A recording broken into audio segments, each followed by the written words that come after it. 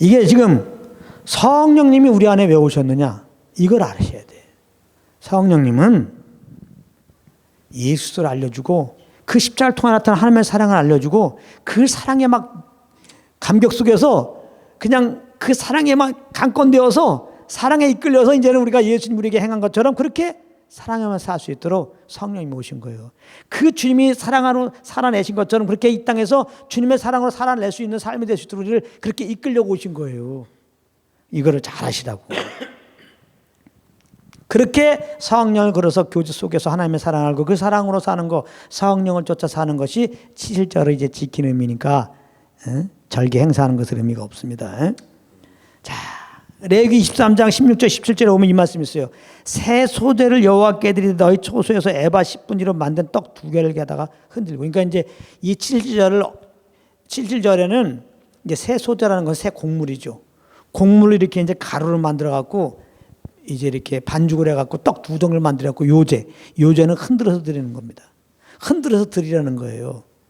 7절에는 이제 밀이죠, 수확한 밀. 수확한 밀을 갖다가 밀을 이제 빻아요. 가루를 만들어요. 그래서 떡 2덩이를 만들습니다. 그래서 그걸 흔들어서 드리는 거예요. 여기에 굉장히 의미가 있습니다. 왜냐하면 이 떡 2덩이는 이방인과 그 유대인을 말하는 거예요. 그래서 이 떡덩이가 만들자면 가루가 곡물이 이게 부서진 거잖아요. 그 곡물은 그 예수 그리스도를 말하는 거죠. 곡물에 부서지면 예수님이 십자가에서 피 흘리신 것을 말하는 거죠. 예수님이 그 몸이 깨지고 말이죠. 부서짐으로 말미암아 피가 터져나와서 그 피 안에서 이제는 유대인과 이방인이 하나됨을 말하는 겁니다. 근데 이게 굉장히 의미가 있어요. 유대인과 이방인은 하나가 될 수가 없어요. 왜냐하면 하나님은 유대인을 택하셨잖아요. 선민이잖아요. 이방인은 선민이 아니에요. 하나님은 유대인과 언약했어요. 언약 백성이고 이방인은 언약 백성이 아니에요. 그러니까 하나가 될 수가 없어요. 유대인은 아예 이방인들을 개처럼 취급했다고. 사람으로 생각을 안 했어요. 교만이죠, 물론. 근데 유대인이 이방인이 어떻게 이 원수 관계가 하나가 되느냐? 십자가에서 그 몸이 깨어지고 피 흘리신 그 예수 그리스도의 그 보혈 안에서 그 십자가의 복음 안에서 하나가 될 것을 말하는 거예요. 그래서 이제는 예수 믿은 유대인, 예수 믿는 이방인이 한 세 사람을 이룬다. 에베소서 말씀하셨어요. 그러니까 예수의 피 안에서 유대인이 이방인이 이렇게 복음 안에서 하나 되었고 한 세 사람을 이룬다는 것은 그게 주님이 궁극적으로 원했던 그 교회, 에베소 1장에 나오는 점도 흠도 없는 교회, 그 교회를 이루게 된다는 거예요. 에베소 2장 14절 18절 보면은 요거 이제 굉장히 중요해요. 한번 성경을 찾아보세요. 에베소 2장 14절부터 18절에서 보면은 이런 말씀, 그는 우리의 화평이시란지라. 예수님이 우리의 화평이죠. 하나님과 화평되게 했고 이렇게 이방인과 유대인이 화평되게 했잖아요. 그 예수의 피 안에서 유대인과 이방인이 하나 된다는 의미는 또 이런 의미가 있어요. 이 땅에서 여러 모양으로 우리가 갈기하게 찔렸잖아요. 우리나라 전라도, 경상도, 또 학교별로 나뉘어지고 또 나이별로 세대 차이로 나뉘어지고, 그죠? 직업별로 나뉘어지고, 그렇죠? 이 땅에는 사람들 사이니까 나라별로 나뉘어지고 얼마나 많이 나뉘어져 있습니까? 이런 것들이 예수의 피 안에서 이 복음 안에서는 하나가 될 수 있다는 거예요. 그래서 에베소서에는 그리스도 안에서 하나님과 땅에 있는 모든 것이 그리스도 안에서 통일되게 하라 하십니다. 할렐루야. 예수 그리스도의 그 피의 능력입니다. 예수의 피 안에 들어가면 다 하나가 되는 거예요. 그는 우리의 화평이에요. 둘을 하나로 만드사 예수님 십자가에 피 흘려주시므로 원수된 것 중간에 막힌 담을 자기 육체로 허무셨다. 하나님과 우리가 원수 관계, 적대 관계예요. 우리가 주님을 떠났어요. 죄를 범함으로 하나님과 우리 사이에 죄의 담이 딱 있어요. 예, 하나가 될 수 없어요. 근데 예수님 우리 죄를 짊어지고 그 육체가 우리의 죄가 되었고 이제 피 흘림 없이 사함이 없네라. 우리 죄 사함을 그 피 흘리셨어요. 그 예수님이 육체가 찢기고 그 피 흘리는 그 순간에 하나님과 우리 사이에 막힌 그 죄의 담이 허물어진 거예요. 할렐루야. 성소의 휘장이 위에서 밑으로 찢어진 것처럼. 그래서 이 죄인들 우리가 하나님과 화목될 수 있는 길은 오직 십자가에서 화목제물 대신 그 예수를 믿는 것밖에 없어요. 할렐루야. 그 예수 그리스도의 피를 힘입을 때 우리가 하나님과 화목되고 은혜 보좌 앞에 담대히 나갈 수가 있는 거예요. 이제 목사만 나가는 게 아니라 우리 모두가 예수 믿는 자들은 왕 같은 제장이 돼갖고 그 예수의 피를 힘입고 은혜 보좌 앞에 나가게 된 겁니다. 아멘. 그 다음에 법조문으로 된 계명의 율법을 폐하셨고, 좀 전에 다 얘기했죠. 법조문으로 된 계명의 율법이라고 하는 것은 이제는 예수 믿는 자들은 율법 조문을 내가 지켜들어서 예배드린다는 개념이 폐하였다는 거예요. 이제는요. 좀 전에 먼저 설명 잘 들으면 이게 무슨 말인지 이해가 돼요. 법조문으로 된 계명의 율법을 폐하였다. 율법을 법으로 두고 그 계명을 잘 지켜드리는 것이 하나님을 예배드린다. 이런 개념이 이제 없어진 거예요. 이런 의미에서 율법이 폐해진 거예요. 그러니까 예수 믿고 구원받은 자들은 하나님의 계명을 내가 잘 지켜드리려고 하면 안 돼요. 그런 짓 하지 마시라고. 내가 끝났어. 율법은 필요 없다는 얘기가 지금 아니죠. 무율법주의가 아니란 말이에요. 마음대로 살아라 그 말이 아니죠. 그 율법 요구 따라 살아가려고 성령이 오셨으니까 믿는 자들은 성령 쫓으면 율법을 주신 궁극적인 하나님의 마음 정신에 따라 살 수 있도록 하나님 인도하신다고 그랬죠. 그 율법의 사실 요구는 사랑이란 말이에요. 그 주님이 우리를 사랑한 사랑으로 살게 하신단 말이에요. 뭐 할 때? 성령을 초청할 때. 그래서 법조문의 계명율법을 폐하여서 이제는 우리는 율법 지키길 의무가 없어요.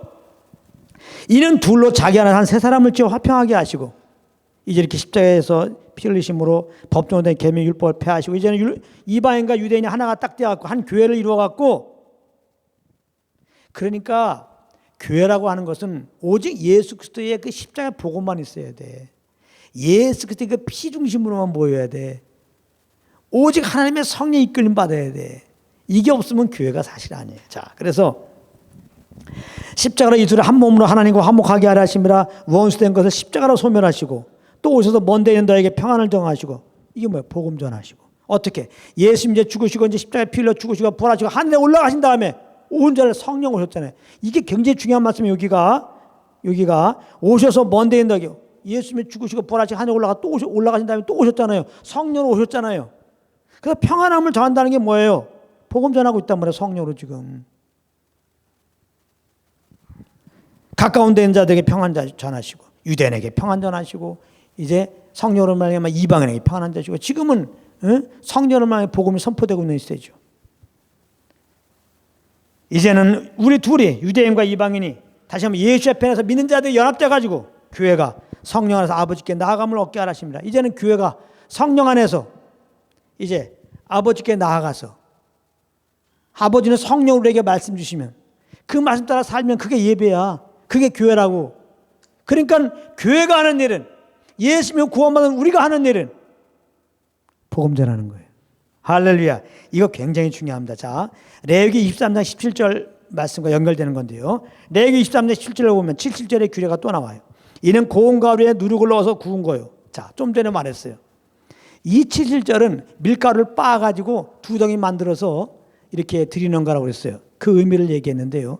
근데 여기는 그 고운 가루에다가 떡 두 덩이 만들 때 뭘 넣어요? 누룩을 넣으라는 거예요. 누룩. 이게 중요해요. 누룩을 넣으라는 거예요. 누룩을. 이 누룩은 뭐예요? 그러니까 유교병이야. 7절에 드리는 떡 두 덩이는 유교병이라고. 누룩 있는 떡. 이 누룩은 뭐예요? 발효되고 확산하는 특징이 있어요.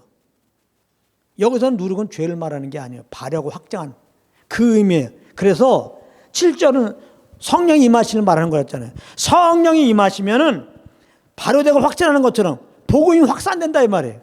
복음이 확장된다 이 말이에요. 할렐루야. 주의 나라가 확장된다 는 겁니다. 성령님은 이 땅에 오셔서 하신 일이 뭐예요? 예수님을 증거하는 거라고 요한복음 16장 13절에 진리로 인도하시고, 요한복음 14장 6절에 진리는 예수 그리스도시고, 요한복음 15장 26절에 오직 예수 그리스도를 증거하러 오셨다 말씀한단 말이에요. 그러니까 성령님 오순절날 임해갖고 성령님이 예수를 이렇게 믿는 자들에게 증거하게 하세요. 그러니까 성령으로 말하면 예수를 증거하게 되면은 그 성령으로 복음을 듣고 많은 영혼들이 주께 돌아오게 된다는 거예요. 그거에 대한 이제 그 예언적인 말씀이 되겠습니다. 누룩을 넣는 거는.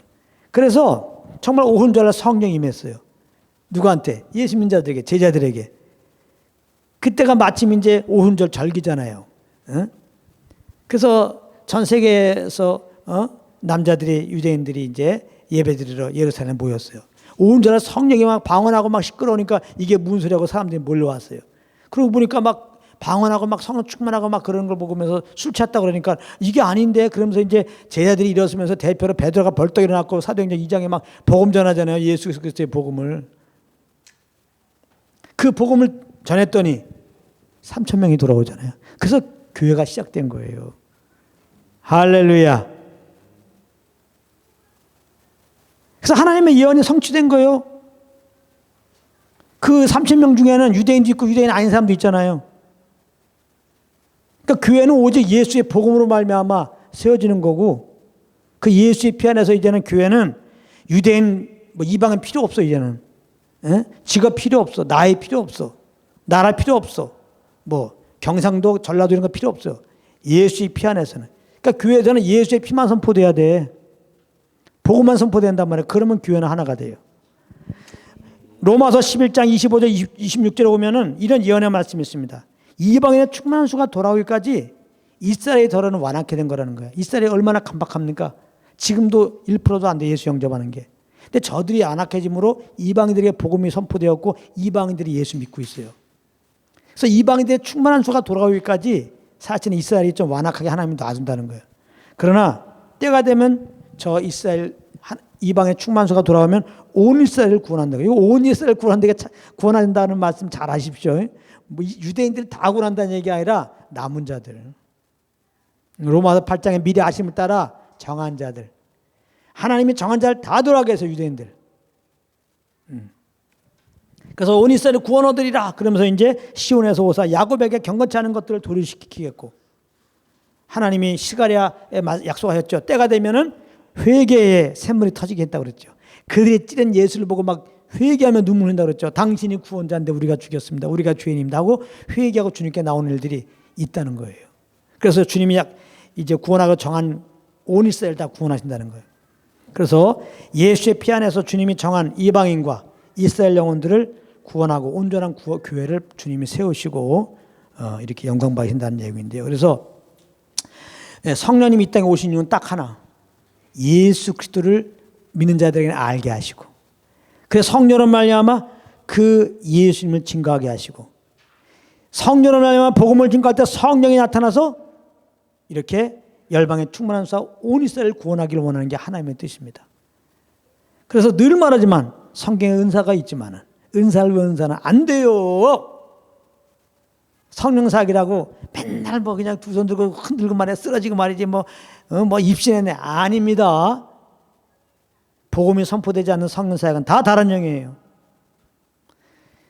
예수님들 땅에 표적을 일으켰어요. 제자들도 표적을 일으켰어요. 우리가 복음을 증거하고 이렇게 사역하다 보면 표적이 일어나요. 표적은 안내판 같은 역할이에요. 예수 그리스도께 예수님이 기적을 일으킨 것은 내가 그리스도다, 내가 메시아라는 것을 알려주기 원하는 거예요.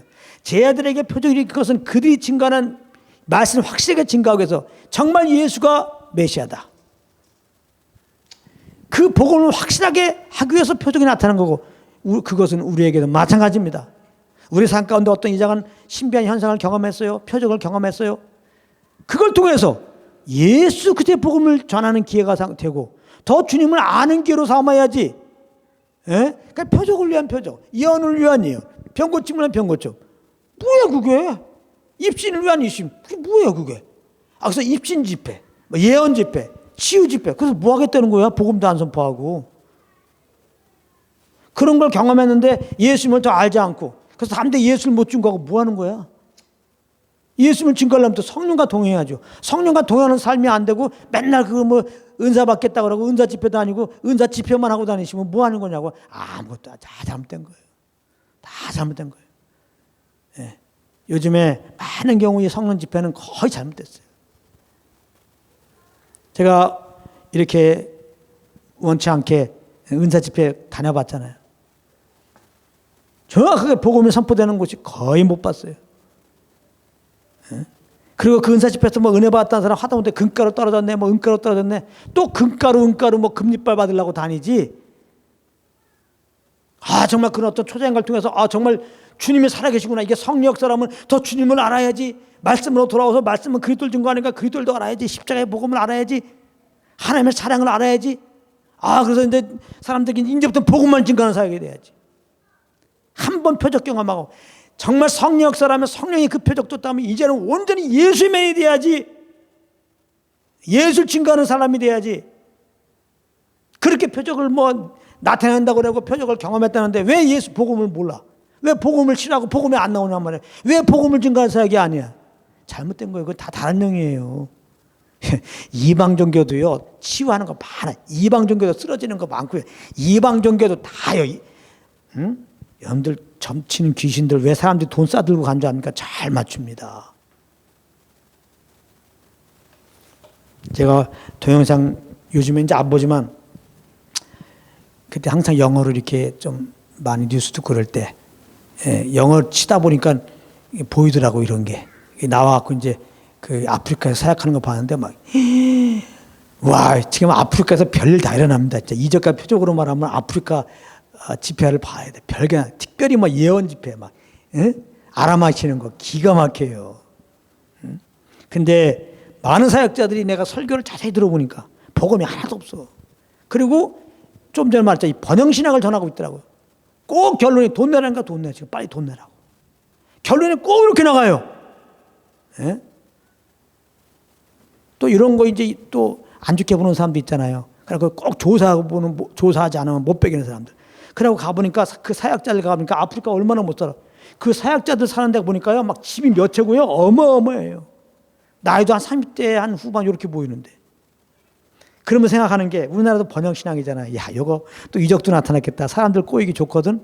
우리나라에도 요 중에 한 사람 분명히 데려올 것이다 그랬는데 얼마 전에 저에게 어떤 분이 이렇게 카톡으로 뭐 부산에서 어떤 뭐 아프리카 뭐 예언의 사역자가 온대요. 딱 보냈는데 제가 알고 있던 그 사람이 이미 내가 올 거라고 생각했던. 에이, 너무나 안타까운 거예요. 온전한 성령이 오셔서 어떤 일이 벌어졌냐 이 말이에요. 물론 뭐 방언다고 뭐 이렇게 이적도 나타났어요. 그게 줍니까? 회개하고 영웅들이 돌아와서 교회가 세웠잖아요. 핍박이 왔어요. 그 교회 간 게 뭐예요? 흩어져서 복음을 증거했어요. 예수님이 성령 이끌어서 하신 게 뭐예요? 하나님 나라 복음을 증거했어요. 회개하고 나를 복음을 믿으라고 그러셨어요. 제 아들이 성령 받은 다음에 그 다음에 바뀌는 삶이 뭡니까?